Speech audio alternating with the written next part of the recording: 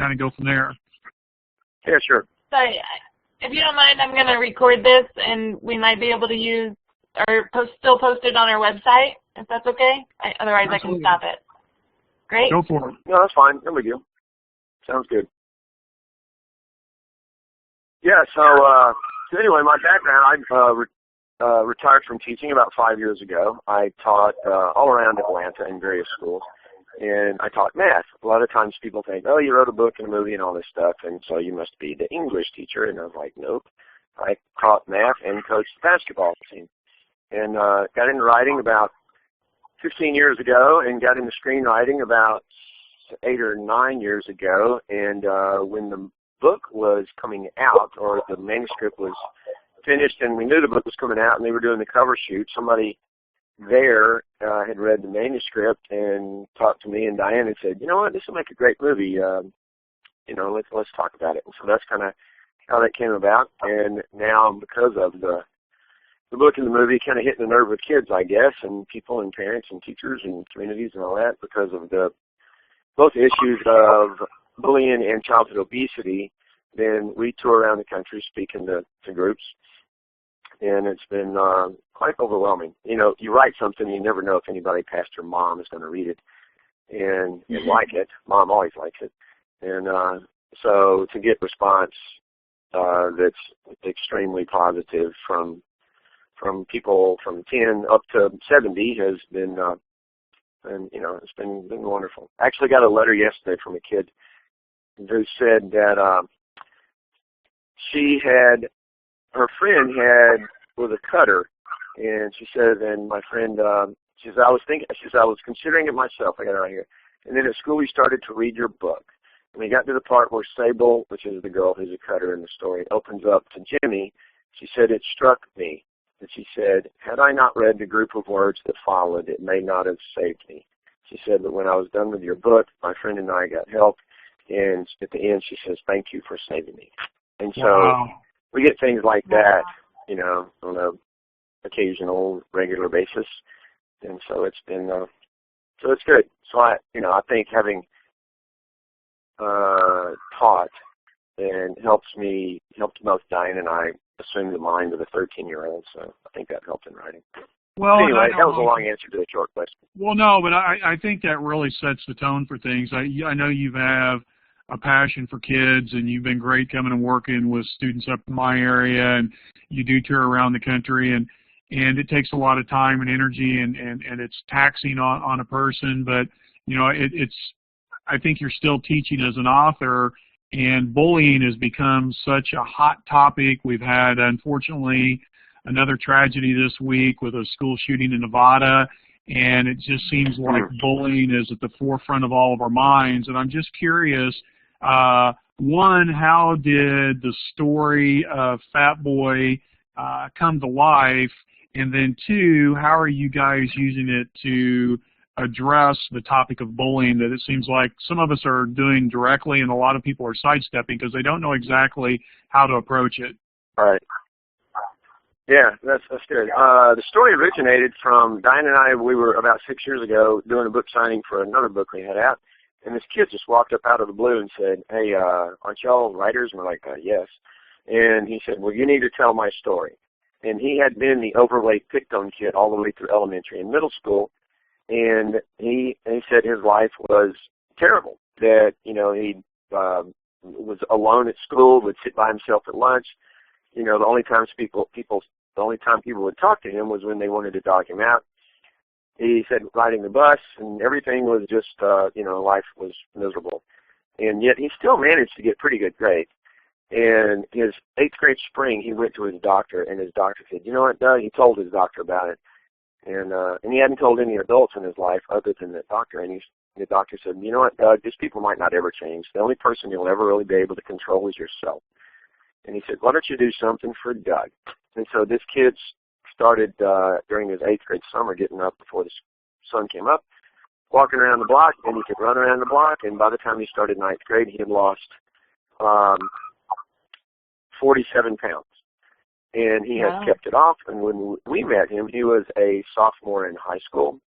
And he recently just graduated from grad school at the University of Cincinnati with his chemical engineering degree, and he got married, and he's got a job at Procter & Gamble, and life is great for Doug. But there was a time in his life where he had considered suicide, and we could have easily lost that kid had he not had pretty good support from mom and dad once he told them what was going on. And he had a church youth group that was very, very supportive. And not a lot of kids have that. And so, I mean, there's millions of kids that do not have that. And they are whether they're the overweight kid or whatever the reason they're picked on, there's thousands of them across the country every day that get picked on. And so how the book and the movie are being utilized is in a variety of ways throughout schools, whether it's middle school, high school, or even some universities. But somehow it seems to connect with kids. And as a teacher, you know, Joe, and Marguerite, I think was the other name in there, that in order to reach a kid to really make an impact, you've got to connect. It's not just standing there like a TV news reporter and telling them things. You've got to get them to buy into their own future. And so that's what it seems to do. The book and the movie is let kids take ownership of their lives, and it also helps in the group that Diane and I reach out to the most, which are the bystanders. We do what we can about the kid is the victim, and we try to talk to the bullies. But the kids who have the most power in any school, probably as much as the adults, are the bystanders, the ones that stand there and do nothing. And that was true in my life when I was in high school, and it haunts me to this day. And I know that there's a lot of kids out there that want to do something, but they don't feel like they have the power. And the more we can get them to understand that they do, then the better all of this will be. Whether it's the obesity issue, which has its own, set of solution tactics, and especially with the bullying. And so when we hear from kids a lot, it's the bystanders that make the difference in the school. And so, I think that's been the power of the book, is get them to see the world through Jimmy's eyes. And kind of like Atticus said, you never really know a man until you put on the shoes and walk around for a day. And so we try to get them to be 14-year-old Atticuses. Atticus Finch, that is, from To Kill a Mockingbird. Well, that's awesome. Can you take me? Yeah. And I love what you guys are trying to do with the bystanders, because I think a lot of times those people do feel helpless, and trying to give them the tool set that they need to know how to address situations like that, because some of them seem so surreal. They're awkward. You don't know what to do. You don't know if you're helping or hurting. And to be able to empower, not only kids but adults with those tools, that's a powerful piece right there. Can you kind of take us a little bit deeper through the life of Jimmy and the story of the Fat Boy Chronicles? Yeah, sure. He's the kid who, at the beginning of the book, he just moved to a new high school. And, of course, middle school was miserable for him, and he thinks that, oh, my gosh, I'm going to a new school and a new school district, and life's going to be great, and I have friends and all that. And, of course, he gets there on the first day or towards the beginning, and he sees that the kid who tormented him in middle school has also changed to that school. And so things aren't nice in the school there. And he, in the beginning of the book, not only does he complain about having to write a journal, because the book is told as a journal for his English class that the teacher says everybody's got to do one. He's complaining about that, but he also is very self-centered. And as the story goes along, he meets kids in the school, whether it's the other overweight kid that sits at his table and who has issues, or it's the girl that he meets that he kind of ends up liking a lot, and she's a cutter. And it's even the quarterback on the football team that he's kind of shoved into this tutoring session with. And the more Jimmy starts to realize that everybody has issues, then the more it helps him. And so that's what we try to, say to kids, is like, you might be the one that's picked on, but I guarantee you everybody that walks in the doors of a school has something that sits on their soul. Weight comes in a lot of forms.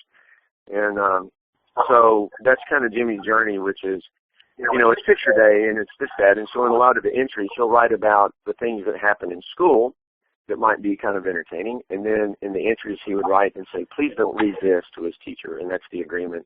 If the kids fold it down and say, don't read this page, then that's that's her cue to let it slide, and that's the more personal things.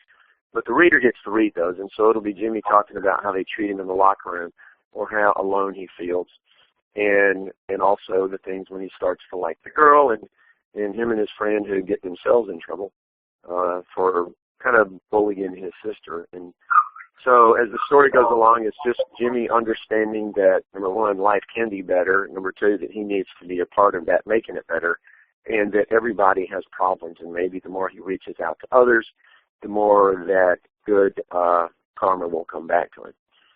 And so, and it's got a hopeful ending that we like, because, you know, in researching books for teens, a lot of them are dark and stay dark and end dark, and we wanted ours to be hopeful, which is, I think, a byproduct of teaching for 31 years. You always got to feel like the next day is going to be better. I would agree, and I'd like to ask, you know, there are a lot of students out there that teachers work with every day, and you know, the kids become very transparent as that relationship is built, and you know, you really do have a conversation with them about what their struggles are and how they're dealing with those things. But you know, one of the things that I found, and I think a lot of other teachers would agree with, is you know, it's easy. It sounds easy, but I'm going to say it's easy to have the conversation about the issue. It becomes difficult to address it. And, you know, it's kind of bright and shiny where, you know, today you're addressing it, but are you still going to address it, you know, 2 days in, 10 days in, 3 months in, 5 years in? Obesity for a lot of kids is something that they struggle with their entire lifetime. So I'm curious from your perspective as an author, how did you address this with Jimmy so that the light popped on in Jimmy's head, but it had to be more than a revelation that I need to do something, but Jimmy got off the couch and actually did? And is there a lesson in there for us as teachers that we can apply back to the classroom to help our kids out? Well, that's a tough one. Let me think about that. Yeah, I mean, it's like with anything, I think, that makes a lasting effect. It takes a long time to grasp that you need to do something. And so I think what happens with people in general, especially the obesity crisis, whether it is young kids or it's somebody, you know, in their 40s, there's no quick fix. And whether it's I want to make the basketball team, or I want to lose weight, or I want to make an A in trig class, or whatever it is, there's nothing that will make it happen overnight. And it seems like in America, we're a little too caught up in, oh my gosh, if I just go buy the magic pill, then life is great, starting tomorrow. And so Jimmy's revelation about himself and about others does take him time, and kind of getting knocked down a few steps and seeing how other people have dealt with the same thing. That's when he starts the slow change, so that by the end of the book, I mean, there's not really one page where he goes, oh my gosh. I mean, there is kind of that dealing with his obesity, where he says, you know what, I am tired of this. I was watching something on TV, and I'm going to do something about it. And so that we kind of borrowed from that kid's life. And so, but as far as, I mean, it takes him pretty much the whole book to get to the end where he says, hey, I want to thank you, Miss Pope, for making us write a journal. I know that it helped me in many ways, and it may have saved my life. And so I can't really point to a specific thing, but what was the rest of it? I think that's really interesting. I think that's good. Kids and all. I think that's good, because as an author, you did let him struggle, and you let him, you know, have to deal with all the stuff that becomes real life, you know, and over time he did learn to heal and do things. Now I've got a follow-up question to this, but first of all, Marguerite had asked in the chat line, what age level is the book for? I see you're posting. Right. Yeah, I just wrote her back. Middle school and up. I mean, there are some dicey things to talk about. And, you know, there's some situations that somebody needs to be there discussing it with them. And but middle school and up, I mean, there are some fifth grades that use the book, and they'll watch the movie too. And so, you know, I would say that level up. But, you know, it kind of depends on what the parents will allow. I mean, when we go, like here in the South, where I live, then we get a little more pushback than we do up north or out west. And so it's kind of what are the filters or the what's the mindset of the community as to where you might want to read the book. And so anyway, something else you mentioned, we were talking about the kids and all that. That one thing that I have seen that the book does help with is because it takes, you know, a couple of weeks or 3 of kids, whether they're reading it in class or the school has a school set and things like that, that it spreads out the impact. You know, they can watch a documentary that's 30 minutes long or even watch the movie, and it's an hour 20 and bing, you know, you're kind of in, you're out. And but getting inside the head of Jimmy in the book really, I think, has made the most impact in changing those kids from being sideline kids to in the game kids. And so I think that has helped. And so anyway. Well, and I would agree. Both, I think they both go well together. I mean,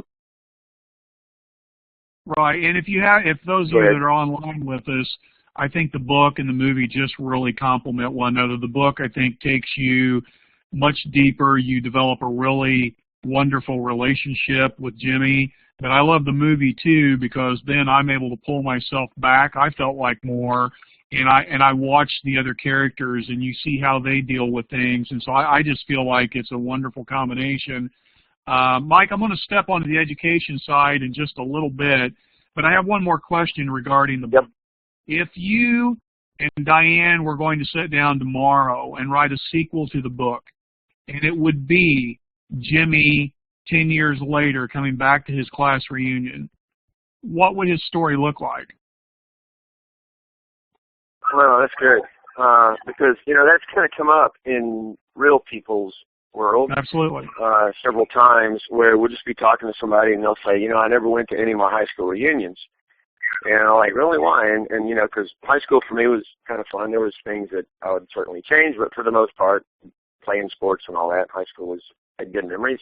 But now I know, having been out there in this world, that that's not the case many times. And so people have said they never went to the high school reunions because they didn't want to look in the eyes of the kids who bullied them. And these were people in their 60s and 70s.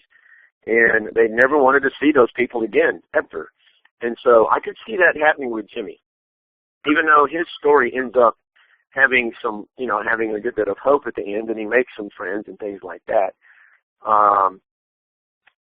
It would certainly be something, I mean, that would be a good book to look at because he does, you know, not everybody changes. I mean, it's not a story in which everybody's life gets better. I mean, the kid who's the bully never changes. And that's to keep the contrast there to show, you know, if everybody changed, then you can't, you know, then it's kind of like, it's not real for one thing, but it doesn't make the contrast from the beginning to the end as stark. And Jimmy's friend Alan, who is also overweight, he's eating just as many hot dogs and hamburgers at the end of the book as he is at the beginning. And so to come back in 10 years to see what happens with those other characters would be interesting. And to see how people, you know, just because Jimmy lost the weight and Sable says, I'm going to quit cutting, doesn't mean in 10 years things haven't reverted. And so that's the big trick in all of these issues, especially the obesity. You know, it's one thing to lose it. The big task is to keep it off. And it's one thing to not be a bystander anymore, but do you just do it once, or does that become part of your personality and your soul to always be the one to speak up? Well, and you know, that's a really good point because sometimes, and I don't mean to make light of this, but shedding the weight can be the easiest part, even though it's an extremely difficult task to do. It's those internal scars that sometimes kids have to, you know, it takes a lifetime to deal with, and I think you're really right with that. And you know, I'm curious, with maybe using that as a stepping stone, how are you guys using this, or how is it being used in schools around the country, in classrooms with guidance counselors, and you know, whatever else the case might be, to help empower kids with the tools, one, to combat obesity and bullying on a day-to-day basis, but also to help prepare them for the challenges that might come up 10 years down the road? I mean, what are teachers and administrators doing with your book? Well, a variety of things. A lot of times they will read the book generally as a class read. So it's the rare case where the entire school reads the book. Generally, they'll say, okay, we want just the 7th graders to read the book, or just the 8th graders, or just the 6th, whatever it might be. And in high school, they generally use it in health class. But in middle school, where I think it probably helps the most, then it's either one class or everybody. And so they'll utilize the curriculum guide, which is great. It's there's 2 of them out there, one supplied by the publisher and one by the Charlotte-Mecklenburg school system that the book is part of their curriculum. And so they'll use it in class, and what it does, it gives kids an opportunity to talk about the issues through characters. And so they're not talking about, well, let's talk about obesity, let's talk about bullying, and everybody looks to the kid in the corner, but they can read the book and talk about Jimmy, they can talk about Sable. And so it gives kids almost more permission to be honest about things, because it relates to characters, and it's not like, you know, a kid that's actually sitting there or one that's down the hall. And then they'll follow up with the movie to kind of bring it home, because a lot of kids like to see that. They want to see all of it visualized. And then they'll, you know, a lot of times they'll come back to it. I mean, I've had administrators who will say, every time I call a kid and I'll say, what would Jimmy, they'll ask the kid, you know, well, somebody says you're bullying, is that what was in the book? You know, would Jimmy like this or whatever? And the other day I was in Charlotte. I went to visit some schools while I was up there doing those writing workshops. In one school, the kids, every kid in the school read it in health class, and they all had to do a little diorama of a scene from the book. Mm. And so there was this wall or these tables lined up in this one entire hallway. There was nothing but shoeboxes and cardboard boxes with scenes from the book. And they had to write a little thing about why pick this scene, why did it impact you, and so, you know, so a large variety of things. We've had people make cereal boxes of, you know, Jimmy Flakes, and on the outside it talks about, you know, obesity and stuff like that. And so, you know, the kids are quite creative when they are allowed to be that, and teachers are too. And so, you know, we've got ideas that we think works well, but a lot of schools just kind of take it and make it their own. And so, you know, like one school did a song.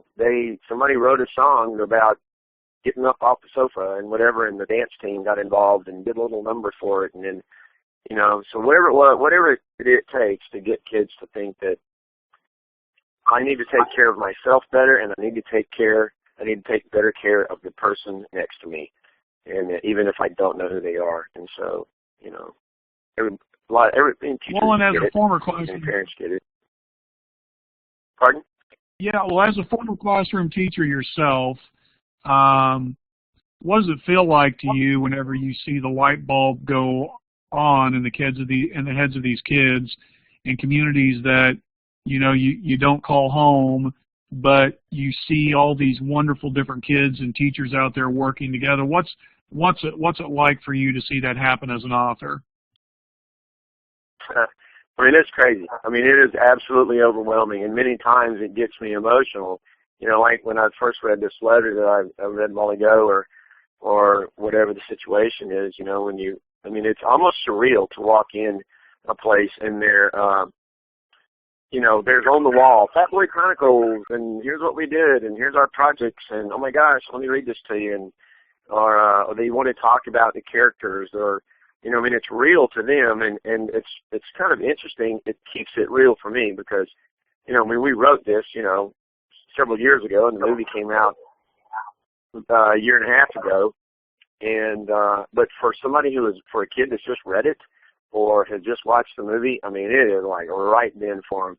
And so it keeps that energy going for me. I mean, it's nothing like it to walk in a school where every kid has read the book and they are super jazzed about Jimmy and Sable. And I mean, I have to pinch myself to go like, wait a minute, I had something to do with this. So it's pretty cool. And you get that, you know, with all that you do, Joe, and everything. Well, it is. You understand. It is surreal. Whatever level it's on, when a kid, whether they acknowledge it or not, you know that they are thanking you for what you do. Well, and that's the power of storytelling, and I love the fact that a classroom teacher has done this, because I think it gave you a different perspective on just kids and school and the stuff that goes on behind the scenes. And what a wonderful way for you to be able to address this. I saw Marguerite had posted on here about, is there a teacher's guide? And where would someone go to find that information at, Mike? Yeah, that's on the website, thefatboychronicles.com, under teacher resources. And there's, I think, both curriculum guides are on it. If not, Marguerite, feel free to send me an email, and I'll send you all kind of links and all kind of stuff. And so, yeah, I mean, a lot of them are used, especially what I find interesting for anybody that's a literature teacher. I don't know, Marguerite, what you teach, but there's a thing in there. I don't know if you're familiar with the I Am poems, but in the book, Jimmy writes some poetry about his grandmother who's dying. And we use an I am poem, which is like, I think this, and I feel that, and I touch this, and the kids kind of fill in the blank behind there. And what's interesting is to do that. They do that for themselves, and then they do it for a character, whether it's a character in the Fat Boy Chronicles or whatever. And it kind of helps them get inside the mind of that character, and it helps them with writing. So anytime we encourage kids to write a story, we say, okay, you fill out this sheet, but you're the character. And it helps them immensely in that path, so they're not just, their story has some depth to it. Hello? Yeah, I don't know what that was. That was some mystical ring.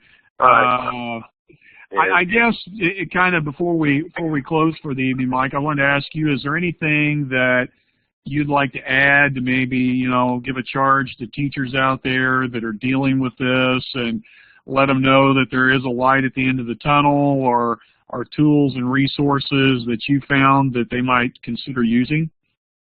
All right. Yeah, I mean, if you want to go through the slides, there's one toward the end that I would love to talk about. I mean, a lot of them are stats and things like that, but there's one that, I mean, if you want to do that, I can kind of go through that and talk about some things. Okay, cool. Yeah, let's do. Here it is, right here. There's actually two things, this slide and the next one. One of the best things that I have learned in going around the country and listening to what other people do has been the thing about mentors. And so it's probably applicable more to high school than middle school. But one thing that I remember from coaching and teaching forever is that probably the group of kids that gather the most respect are the elite ball players, especially football and basketball. And so, I mean, a kid coming in new to a school would rather sit with the football players and the cheerleaders than the chess team. That's just the way life works.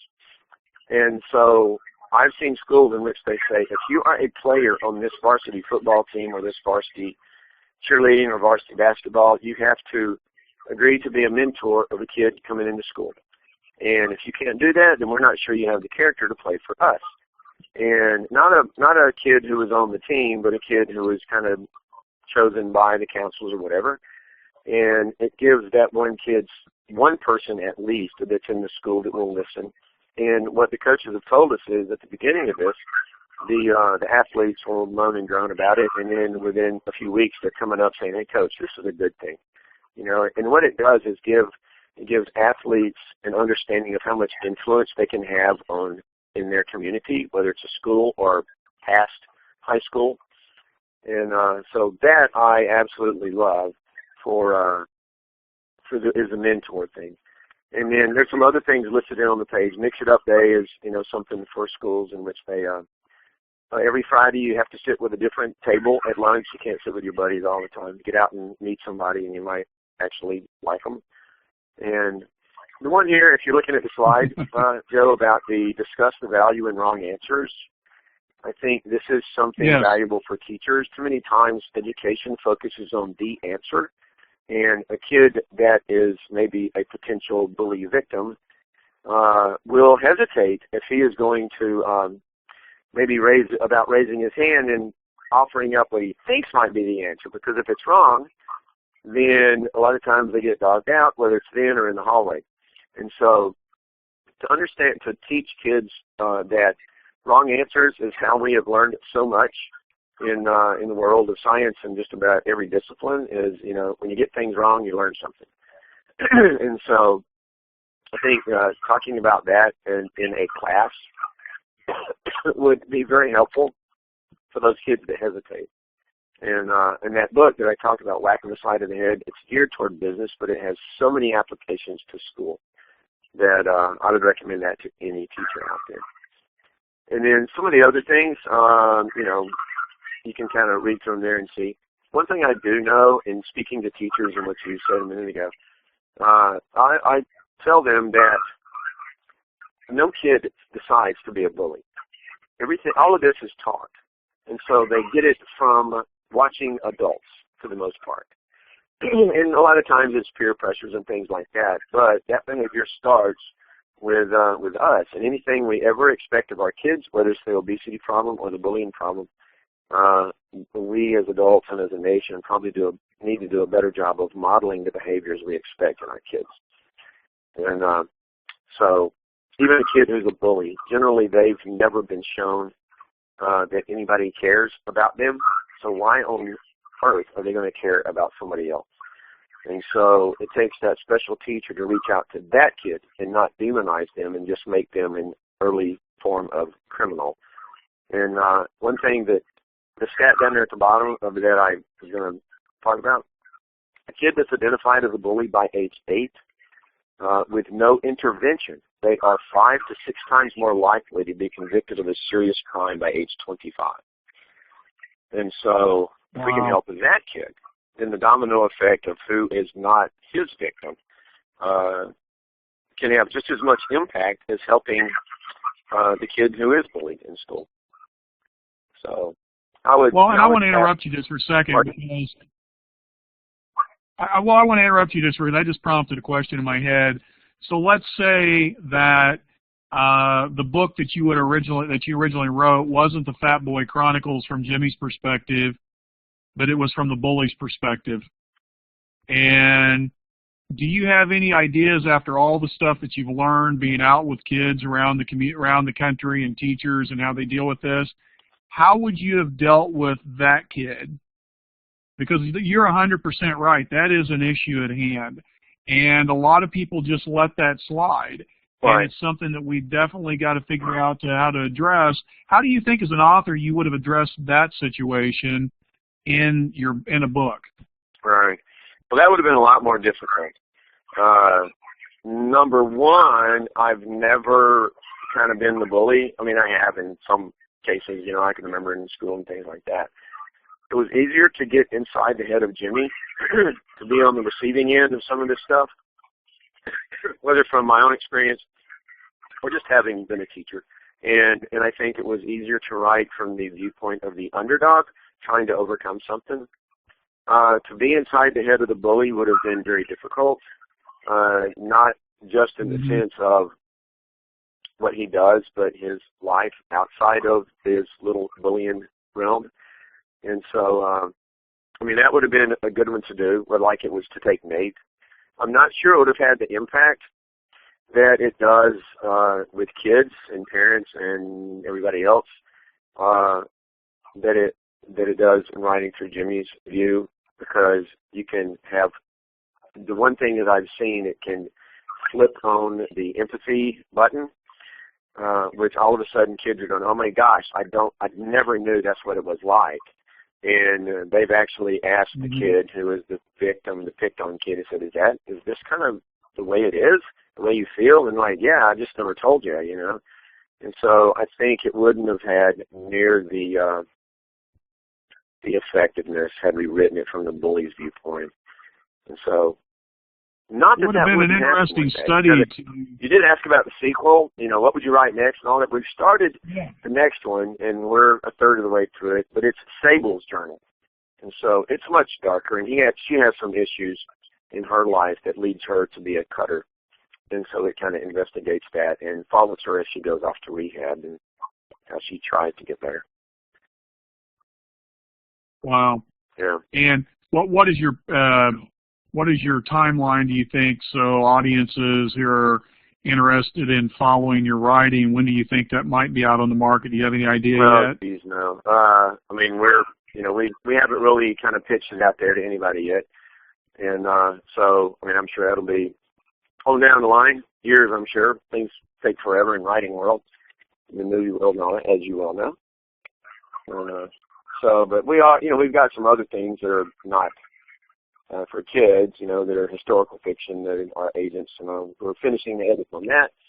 We do have another young adult book, or kind of middle grade book, I guess. It's the story of 3 kids that are helped by Civil War ghosts to find the lost gold of the Confederacy. So it's kind of like a Stand By Me and Goonies all mixed together kind of thing.